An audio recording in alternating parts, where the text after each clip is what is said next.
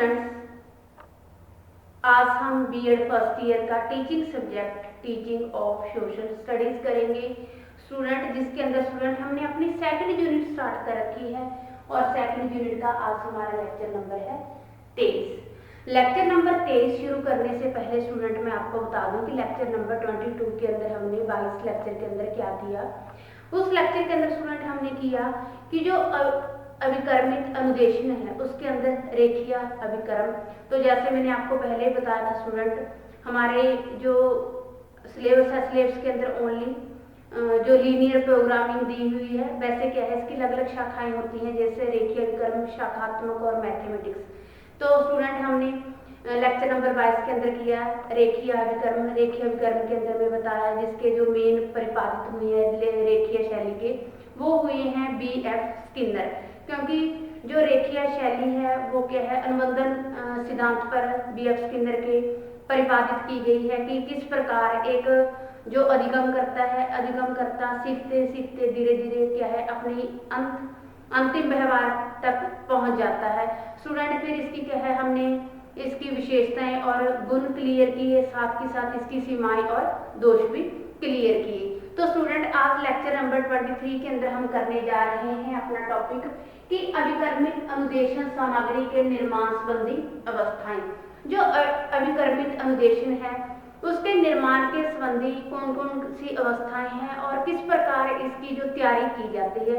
तो स्टूडेंट हम अपना टॉपिक शुरू करते हैं कि जो अभिकर्मित अनुदेशन है, अभिकर्मित अनुदेशन पाठ्य पुस्तक और उससे संबंधित जो भी स्टूडेंट आता है कंप्यूटर से अनुदेशन से संबंधित जो भी सामग्री होती है उसको तैयार करने के लिए एक अभिकर्मित कुशल और प्रशिक्षित अभिकर्मित की जरूरत होती है।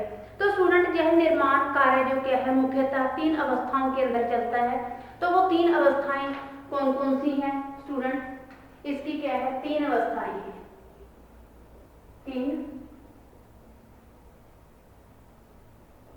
3 अवस्थाएं हैं।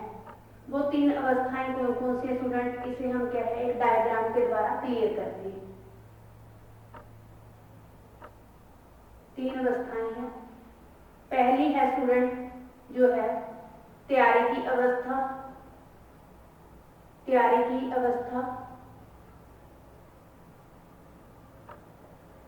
दूसरी स्टूडेंट आती है जो आती है विकासात्मक अवस्था। और स्टूडेंट जो तीसरी आती है, तीसरी के अंदर जो अधिगम करता है, अधिगम करता है कितना सीख लिया है उसका क्या है मूल्यांकन किया जाता है, मूल्यांकन अवस्था। तो स्टूडेंट इसे क्या है 3 पार्ट के अंदर डिवाइड किया गया है जो इसकी अवस्थाएं हैं। तो स्टूडेंट हम अपनी फर्स्ट अवस्था क्लियर करने जा रहे हैं जो है तैयारी की अवस्था। तो स्टूडेंट जो इसके अभिकर्म को लिखने के लिए क्या है तैयारी की अवस्था की जाती है और इनसे संबंधित भिन्न भिन्न क्वेश्चन किए जाते हैं। तो फर्स्ट हम अपनी क्लियर करने जा रहे हैं स्टूडेंट वो है तैयारी की अवस्था, तैयारी की अवस्था। तैयारी की अवस्था के अंदर स्टूडेंट इसे भी क्या है हम पॉइंट टू ही पॉइंट क्लियर करेंगे। तो जो हमारी तैयारी की अवस्था है, तैयारी की अवस्था को हम क्या है पहले ही इससे संबंधित जो भी तैयारी होती है कर ली जाती है और इससे संबंधित जो भिन्न भिन्न क्वेश्चन होते हैं वो पुट किए जाते हैं। तो स्टूडेंट इसके अंदर मैं फर्स्ट पॉइंट की जो क्लियर करने जा रही हूँ वो क्या है विषय वस्तु का चुनाव। इसी के अंदर है विषय वस्तु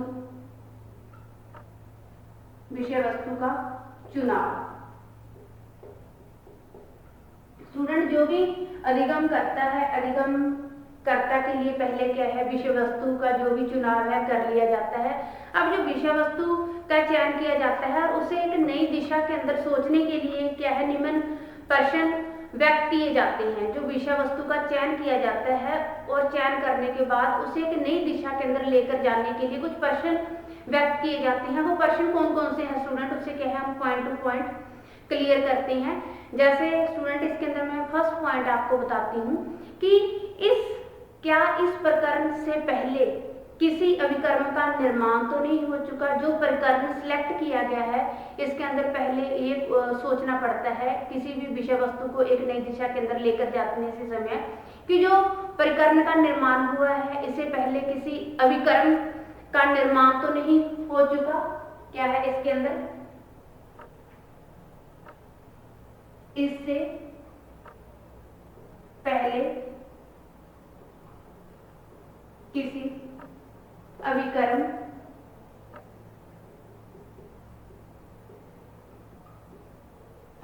का निर्माण तो नहीं हो चुका।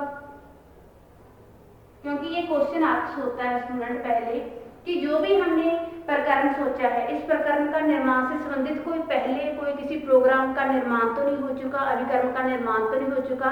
पहला इसके अंदर जो क्या है, पहला ये चीज निम्न प्रश्न इस तरह के व्यक्त किए जाते हैं। सेकंड क्वेश्चन इसी के अंदर आता है स्टूडेंट कि क्या इसे शिक्षण की अन्य जो उपलब्ध विधियां हैं, विधियों से इतनी अच्छी प्रकार से पढ़ाया जा रहा है। क्या इसे शिक्षण की अन्य उपलब्ध जो भी शिक्षण विधियां हैं उसे अच्छी प्रकार से उन विधियों के द्वारा इनको पढ़ाया जा चुका है।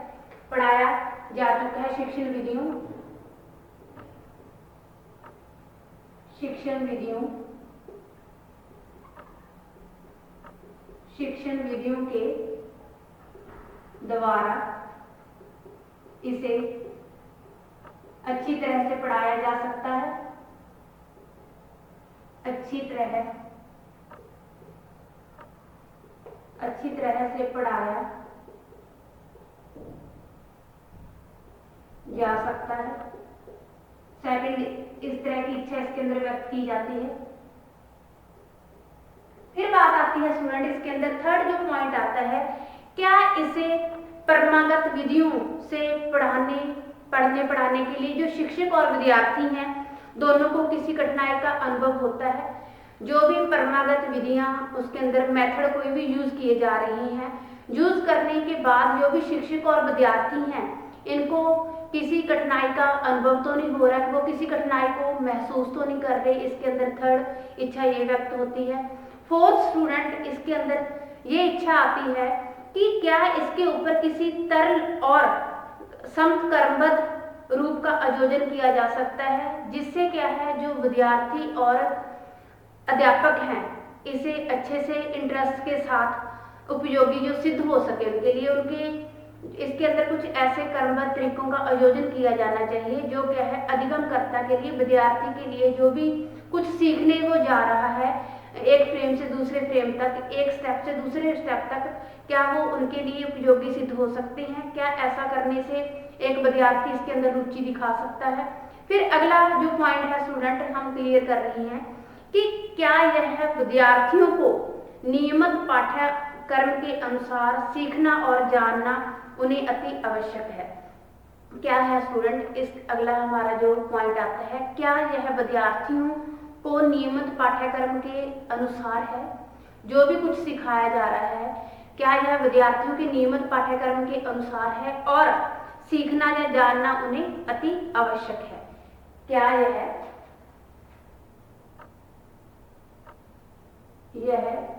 विद्यार्थियों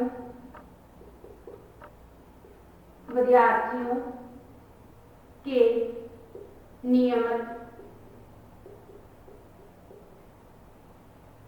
पाठ्यक्रम के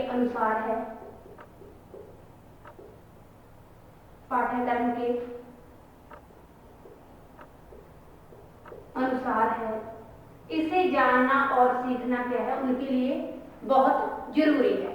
अगला पॉइंट स्टूडेंट आता है इसके अंदर कि क्या यह अध्यापक के विषय वस्तु और निपुण क्षेत्र से संबंधित है। अगला पॉइंट आता है स्टूडेंट इसके अंदर, क्या इसके द्वारा जो विद्यार्थी और अध्यापक हैं, अध्यापक दोनों के कार्यभार को हल्का करने से इससे सहायता मिल सकेगी। दोनों को जो भी उनके ऊपर कार्यभार है, जो भी उनके ऊपर बर्डन है, क्या ऐसा करने से विद्यार्थी और अध्यापकों के ऊपर उनका जो भी बर्डन है उनको हल्का करने से इससे सहायता मिल सकेगी। फिर बात आती है कि क्या इसके ऊपर जो अधिगम के उद्देश्य हैं, जो सिखाने के उद्देश्य हैं, वो व्यवहारजन्य भाषा भाषा में संभव हो सकेंगे। जो भी सिखाना है, क्या उनके बिहेवियर के अंदर चेंज लेकर आना है, या हमारा कोई और मोटिव है, क्या ऐसा करना उनके लिए संभव हो सकेगा। फिर बात आती है स्टूडेंट, क्या जो भी समय है, शक्ति है, धन के व्यय की दृष्टि से इसके ऊपर वो कोई भी अभिकर्म को ठीक तरह से समझाया जा सकेगा या ठहराया जा सकेगा। जो भी समय इसके ऊपर लागू किया गया है, जो भी इसके अंदर कोई भी शक्ति, कोई भी धन का व्यय, आप मान के चलिए कि दृष्टि से इसके ऊपर जो अभिकर्म है उसे ठीक ठहराया जा सकेगा। ये क्या है, 1 पॉइंट हमारा क्लियर हुआ। जो क्या है, विषय वस्तु का चुनाव करते समय ये इच्छाएं किसी विषय वस्तु को नई दिशा के ओर लेकर जाने के लिए व्यक्त की जाती हैं। अगला पॉइंट आता है स्टूडेंट की जो अधिगम है, अधिगमकर्ता के विषय में धारणा लेखन। अगला हमारा पॉइंट है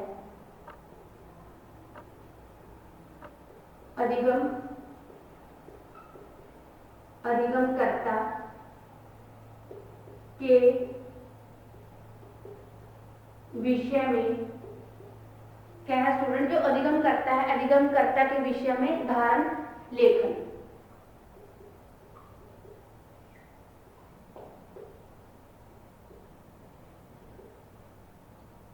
क्या है स्टूडेंट, हमारा सेकंड पॉइंट है कि अब बात आती है जो अधिगम करता है, अधिगमकर्ता के विषय में धारणा लेखन की।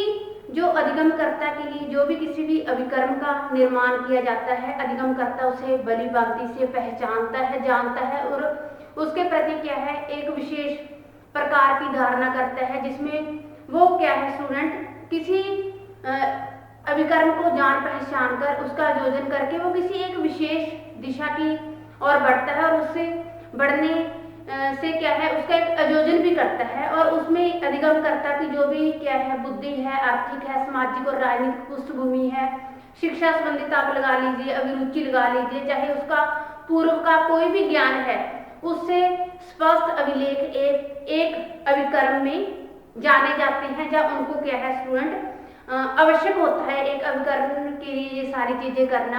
एक अभिकर्ण के अंदर ये सारी चीजें लेखन के रूप में शामिल करना, ये कौन करता है, एक अधिगमकर्ता करता है। पहले वो उसे अच्छी तरह से जानता है, फिर क्या आता है स्टूडेंट, उसे जानकर किसी एक विषय के ऊपर वो अपनी एक विशेष धारणा बनाता है। विशेष धारणा बनाने के बाद वो क्या है, एक अभिकर्म आयोजन का निर्माण करता है, जिसमें वो अपने से संबंधित कोई भी बुद्धि से रिगार्डिंग आप लगा लिए, आर्थिक जो भी शैक्षणिक उनकी शैक्षणिक उपलब्धि है, सामाजिक और राजनीतिक पृष्ठभूमि है, आप ये सारी चीजें उनका स्पष्ट लेख एक अभिकर्म के अंदर आवश्यक लिखा जाता है। अगला पॉइंट स्टूडेंट आता है व्यवहारगत भाषा में उद्देश्य लेखन। सेकंड जो हमारे यहाँ पे सेकंड पॉइंट था स्टूडेंट, इसके अंदर थर्ड पॉइंट आता है हमारा स्टूडेंट, इसके अंदर व्यवहारगत, थर्ड पॉइंट आता है स्टूडेंट इसके अंदर व्यवहारगत भाषा में उद्देश्य लेखन। अब स्टूडेंट बात आती है कि जो व्यवहारगत उद्देश्य है, इसके अंदर उद्देश्य जो लेखन है, इसमें क्या है स्टूडेंट, इसके पश्चात यह सोचना आवश्यक हो जाता है कि अभिकर्म द्वारा किन किन उद्देश्यों की प्राप्ति हो जाती है या हो चुकी है। इसे एक अनुदेशात्मक उद्देश्यों में स्पष्ट व्यवहारात्मक शब्दावली में व्यक्त करना आवश्यक हो जाता है। जो भी अधिगम करता है, अधिगमकर्ता ने किन विशेष उद्देश्यों की प्राप्ति की है, विशेष उद्देश्यों की प्राप्ति करने के बाद इसे अनुदेशात्मक अभिकर्मित के अंदर स्पष्ट करना बहुत ही आवश्यक हो जाता है। अगला पॉइंट आता है स्टूडेंट हमारा विषय वस्तु की विशिष्ट रूपरेखा का निर्माण। विषय वस्तु की विशिष्ट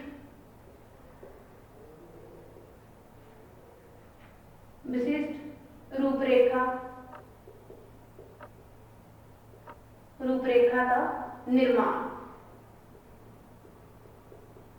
स्टूडेंट अब आ जाता है जो भी विषय वस्तु है, विषय वस्तु की रूपरेखा बनानी है ताकि जो अधिगम करता है, अधिगमकर्ता के लिए बहुत ही वो सहायक सिद्ध हो सके।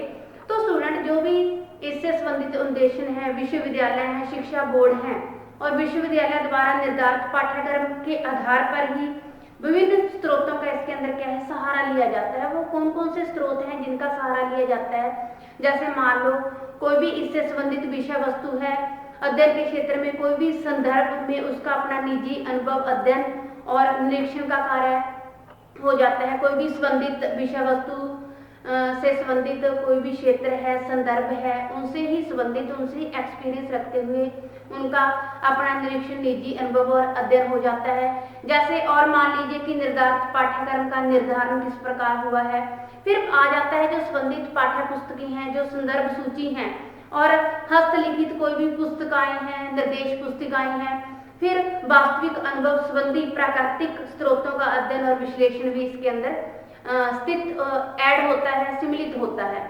फिर अगर हम मान के चलें कोई भी अध्यापक है, अनुभवी अध्यापक, विषय विशेषज्ञों का परामर्श और आवश्यक ये चीजें भी इसके अंदर हो जाती हैं। अनुभवी अध्यापक और विषय से संबंधित कोई भी एक अच्छी गाइडलाइन देने वाले, परामर्श देने वाले, इससे संबंधित हर तरह की नॉलेज दे सकते हैं। अब बात आती है स्टूडेंट, हमारा अगला पॉइंट है मानदंड परीक्षण का निर्माण।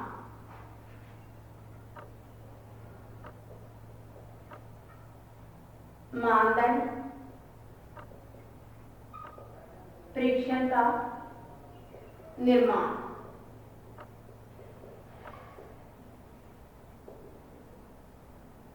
स्टूडेंट, मानदंड परीक्षण का निर्माण। अब बात आती है कि जो इसके अंदर इसकी समाप्ति पर अधिगमकर्ता की जो परीक्षा ली जाती है, परीक्षा से जो है परिणाम निकाला जाता है, या आप मान के चलिए कि पता लगाया जाता है कि जो उनकी वांछित उद्देश्यों की प्राप्ति के अंदर जो संबंधित संदर्भ से, उद्देश्य से यह जांचना होता है कि जो पूर्व अभिकर्मित अनुदेशन है, आप मान के चलिए, और उनके उद्देश्यों से संबंधित एक अभिकर्म को अध्ययन करने के पश्चात अधिगमकर्ता के अंतिम व्यवहार की क्या स्थिति है। इसके अंदर ओवरऑल यह कंक्लूजन निकलता है कि एक जो अधिगमकर्ता है, अधिगमकर्ता की परीक्षा के ऊपर लगा लीजिए, आप जांच करने के ऊपर लगा लीजिए, तो जो उनकी वांशिक अनुक्रिया थी और उद्देश्यों की प्राप्ति में जो भी संबंधित संदर्भित उद्देश्यों का जांचना होता है कि जो भी पूर्व उद्देश्य है, अभिकर्मित अनुदेश हुए हैं, और अब वाला जो एक न्यू वो एक्सपीरियंस ले रहे हैं, ज्ञान ले रहे हैं, उसके अंदर कितना उसने जो अंतिम व्यवहार के अंदर, प्रविष्ट व्यवहार के अंदर एंट्री की है, तो कितना जो अधिगम करता है उसके अंदर चेंज आया है, उनके बिहेवियर के अंदर चेंज आया है और उस अधिगमकर्ता ने कितना सीखा है। तो मानदंड परीक्षण के अंदर इस चीज का पता लगाया जाता है कि जब एक अधिगमकर्ता अंतिम व्यवहार के अंदर एंट्री करता है तो जो उसके पूर्व उद्देश्य हैं और अब वाले उद्देश्य हैं उसके अंदर कितना इम्प्रूवमेंट हुई है, कितना बच्चे ने सीखा है। अब हम बात करते हैं स्टूडेंट, जो हमारा बी है, बी बात आती है विकासात्मक उद्देश्य। इसे हम बी मान के चलो, अगला स्टेप है जो हमारा विकासात्मक उद्देश्य।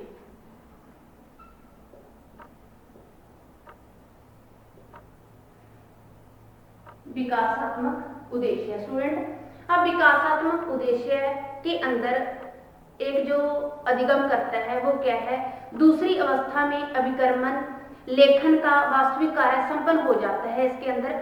अब इसके अंदर आता है जो भी अधिगम करता है, अधिगम करता हर चीज को धीरे धीरे सीखता है।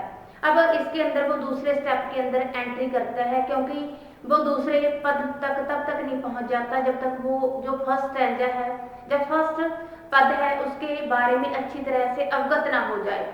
फिर जो भी इसके अंदर विषय सामग्री होती है, विषय सामग्री को छोटे छोटे टुकड़ों के अंदर बांटकर एक फ्रेम के रूप में बच्चों के सामने व्यक्त किया जाता है और फिर उसी से संबंधित बच्चे को क्या है, एक अध्यापक के द्वारा हर प्रकार की नॉलेज दी जाती है।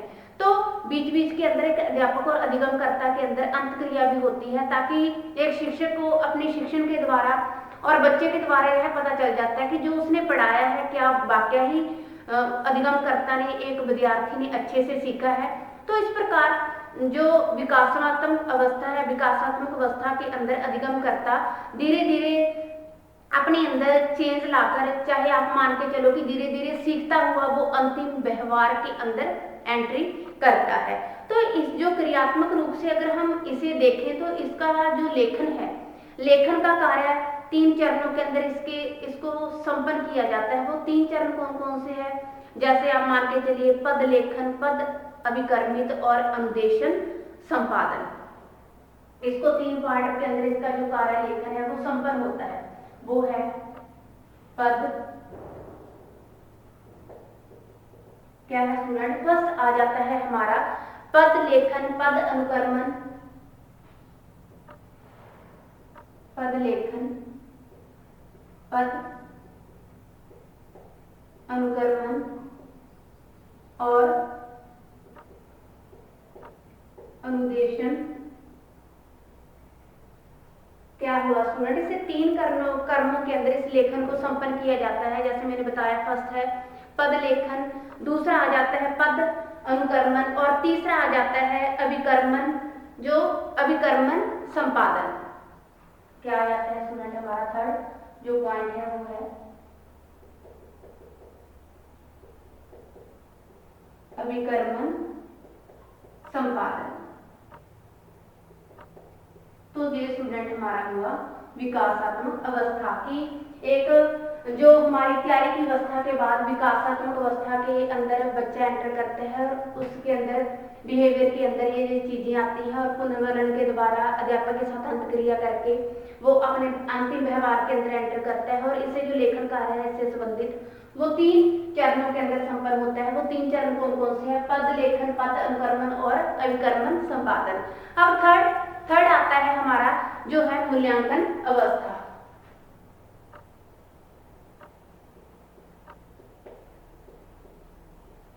मूल्यांकन अवस्था। अब स्टूडेंट मूल्यांकन अवस्था आप सभी को ही पता है, किसी चीज का मूल्यांकन किया जाना, उसका एवेल्युएशन किया जाना। तो इसके ऊपर हम बात करते हैं कि जो अभिकर्म है, अभिकर्म की इस अंतिम अवस्था का संपादन पदों के रूप में अनुदेशन, अभिकर्मित सामग्री का परीक्षण मूल्यांकन से होता है। जो भी एक अधिगम करता है, अधिगमकर्ता ने कितना सीखा है उसका रिटर्न के अंदर लेखा जोखा भी लिया जा सकता है, जब परीक्षा के द्वारा उससे उसका परिणाम घोषित किया जाता है। इस प्रकार उसकी जो बुद्धि है, IQ है, उसका एवेल्युएशन किया जाता है, ताकि जो बच्चा है, बच्चे ने कितना सीखा है, एक जो उसके पूर्व ज्ञान है और न्यू ज्ञान है, न्यू ज्ञान के अंदर कितनी बढ़ोतरी हुई है। तो ये किसके अंदर आता है स्टूडेंट? सारा मूल्यांकन अवस्था के अंदर आता है। तो इस प्रकार स्टूडेंट क्या है, इस जांच प्रक्रिया के फलस्वरूप अभिकर्म है, अभिकर्म के अंदर यथानुकूल जो भी परिवर्तन और संशोधन करने का इसके अंदर क्या है प्रयास किया जाता है। और इस अवस्था में संबंधित कार्यों को निम्न प्रकार से जो क्या है व्यक्त किया जाता है। वो निम्न कौन कौन से हैं? जैसे पहले व्यक्तिगत परीक्षण लिया जाता है, इसके अंदर व्यक्तिगत परीक्षण लिया जाता है। फिर क्या है स्टूडेंट? उसका लघु परीक्षण लिया जाता है। फिर लघु परीक्षण। फिर क्या है स्टूडेंट? इसका किसी आप क्षेत्र के अंदर भी लगा लो, क्षेत्र परीक्षण होता है। फिर इसका मूल्यांकन होता है।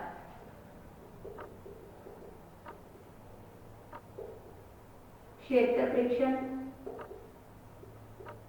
फिर क्या है इसका मूल्यांकन होता है।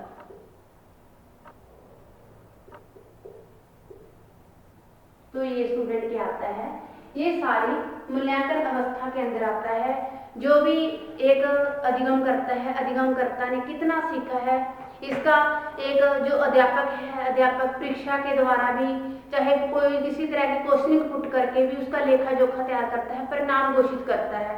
फिर इन कार्यों को जो निम्न प्रकार से व्यक्त किया जाता है या संपन्न किया जाता है, जैसे व्यक्तिगत परीक्षण लेकर, फिर लघु रूप के अंदर परीक्षण लेकर, फिर क्या है किसी फील्ड के अंदर, क्षेत्र के अंदर परीक्षण लिया जाता है। फिर उसका क्या है एंड के अंदर एवेल्युएशन निकाला जाता है, कंक्लूजन निकाला जाता है। तो ये स्टूडेंट हमारा जो टॉपिक हुआ क्लियर कि अभिकर्मित अन्वेषण सामग्री के निर्माण संबंधी अवस्थाएं, जो इसकी 3 अवस्थाएं बनाई जाती हैं, वो 3 अवस्थाएं हैं तैयारी की अवस्था, विकासात्मक अवस्था और मूल्यांकन अवस्था।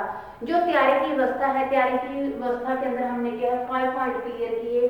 पहले विषय वस्तु का चयन किया जाता है। विषय वस्तु का चयन करने से संबंधित जो एक विषय वस्तु है उसको एक नई दिशा के अंदर लेकर जाने के लिए उससे संबंधित कई तरह के क्वेश्चनिंग और इच्छा व्यक्त की जाती है। वो किसी भी टाइप से हो सकती है। विषय वस्तु से संबंधित एक अध्यापक और विद्यार्थी से रिगार्डिंग हो सकती है, कोई भी फ्रेम या प्रोग्राम करना है उससे रिगार्डिंग हो सकती है, चाहे वो पाठ्यक्रम विषय वस्तु से रिगार्डिंग हो सकती है। फिर आता है जो अधिगम करता है विषय में धारणा लेखन। थर्ड पॉइंट आता है कि व्यवहारगत भाषा में उद्देश्य लेखन। फोर्थ पॉइंट आता है कि जो विषय वस्तु है, विषय वस्तु की विशिष्ट रूपरेखा का निर्माण किया जाता है। फिर मानदंड परीक्षण का निर्माण। फिर हमारा बी पार्ट आया विकासात्मक उद्देश्य। उसको संपन्न होने के बाद उसको 3 पदों के अंदर उसको क्या है लेखा जोखा उसका किया जाता है। वो पद लेखन, पद अनुक्रमण और अभिक्रमण संपादन। फिर मूल्यांकन अवस्था आती है जिसके अंदर जो अधिगम कर्ता का पूर्ण रूप से लेखा जोखा एक परीक्षा के द्वारा, चाहे ओरली के अंदर लेकर जो परीक्षण तैयार किया जाता है उसका, तो उसके लिए अलग अलग जो क्या है परीक्षण आप मान के चलो, चाहे आप उससे संबंधित नए कार्य के अंदर व्यक्त किया जाता है। कौन कौन से कार्य हैं, जैसे व्यक्तिगत परीक्षण लगा लो, लघु परीक्षण, क्षेत्र परीक्षण और इवैल्यूएशन परीक्षण। तो ये स्टूडेंट हमारा टॉपिक हुआ clear. Thanks student, have a nice day.